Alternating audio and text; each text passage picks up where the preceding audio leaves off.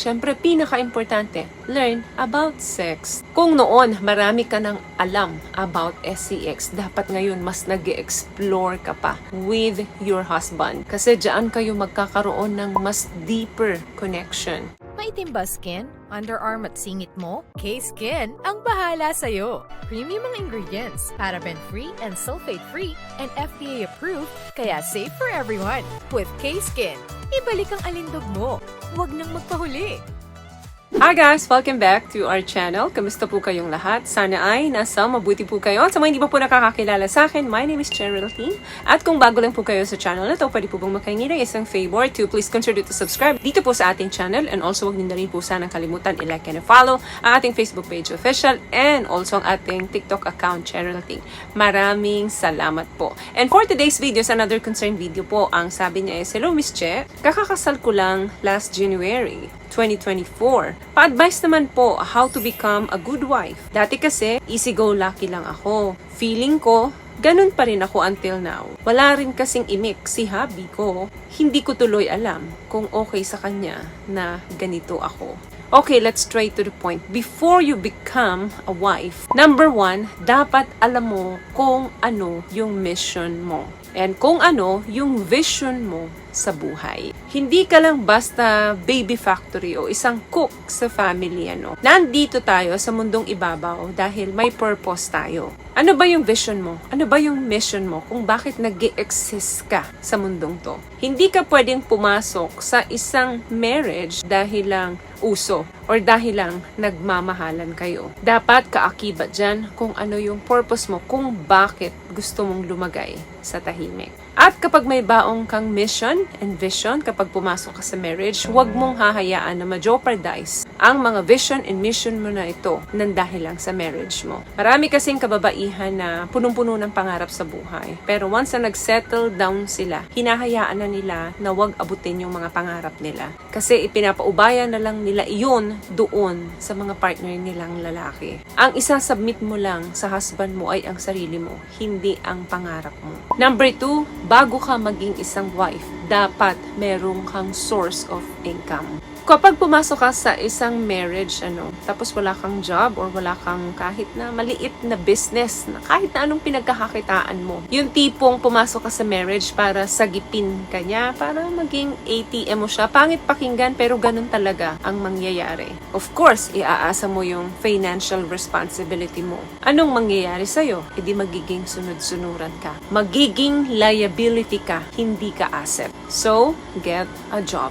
Hayaan mo siyang mag-provide for you, pero dapat kaya mo rin mag-provide for yourself. Another thing, learn how to address your man. Anong ibig kong sabihin dito? Dapat ina-address mo yung partner mo na siya yung head ng family with respect and honor. Huwag mo siyang kinakausap na parang isang utusan. Kasi kung hindi mo kayang bigyan ng respeto ang lalaki at hindi mo siya hahayaan na mamuno sa family ninyo, huwag ka nang pumasok sa salitang marriage. Kasi you will end up na maging divorce or maging single mother ka.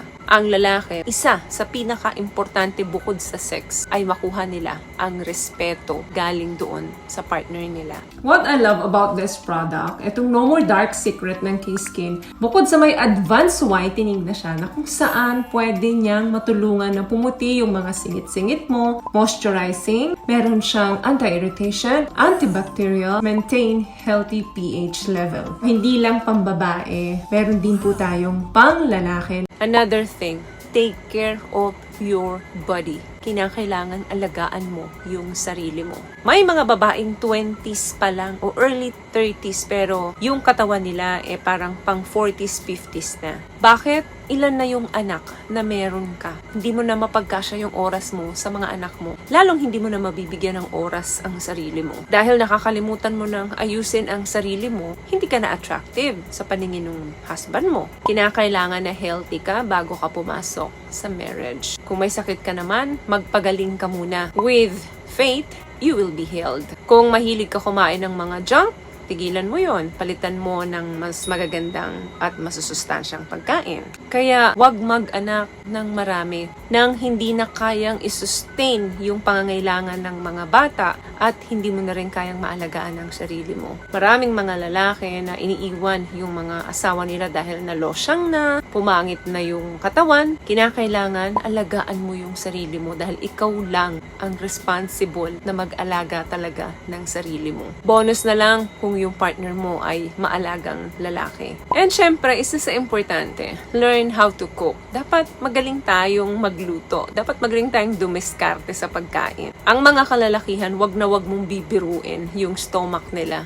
Napakahalaga sa kanila na masarap yung kinakain nila. Lalo na kung yung mga partner nila ang nagluto nito. Learn to cook different types of food or kung ano-ano pa, merienda. Yan yung mga dahilan kung bakit maagang uuwi yung asawa mo, maagang uuwi yung mga anak mo, magstay lang sila sa bahay kasi nga nag-aabang sila ng mga lulutuin mo. Hindi man nila sinasabi yan pero napakalaking impact niyan kapag nagpapamilya ka. Asahan mo, laging nagmamadali ang pamilya mo na makauwi sa bahay dahil may niluto ka para sa kanila. Another thing, syempre pinaka-importante, learn about sex. Kung noon marami ka nang alam about SCX, dapat ngayon mas nag-explore ka pa, nag-experiment ka pa para dito sa partner mo and also para din sa'yo.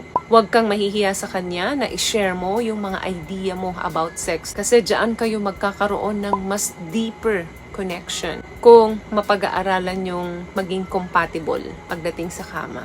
So, hindi porket hindi mo ginagawa noon, ngayon hindi mo pa rin gagawin. Paano kung gustong-gusto ng partner mo yun? Then, dahil di mo ginagawa, okay lang si partner mo, pero wag ka, iba yung tumatakbo sa isip niya. Nagwi-wishful thinking niya na sana one day, yung gusto kong gawin sa akin, nung aking wife, magawa niya. So, learn about sex. So yun lamang guys ang video natin for today. I hope nakapagbigay po ako ng tips sa inyo at kung nagustuhan niyo po ang ating video, please give it a thumbs up, comment down below and also share this video na rin po sa mga kaibigan sa tingin niyo matutulungan ng video natin. Once again, palagi po kayong mag-iingat at palagi po kayong manalangin. Thank you guys for watching and see you in our next one. Always love yourself and be a blessing. Bye!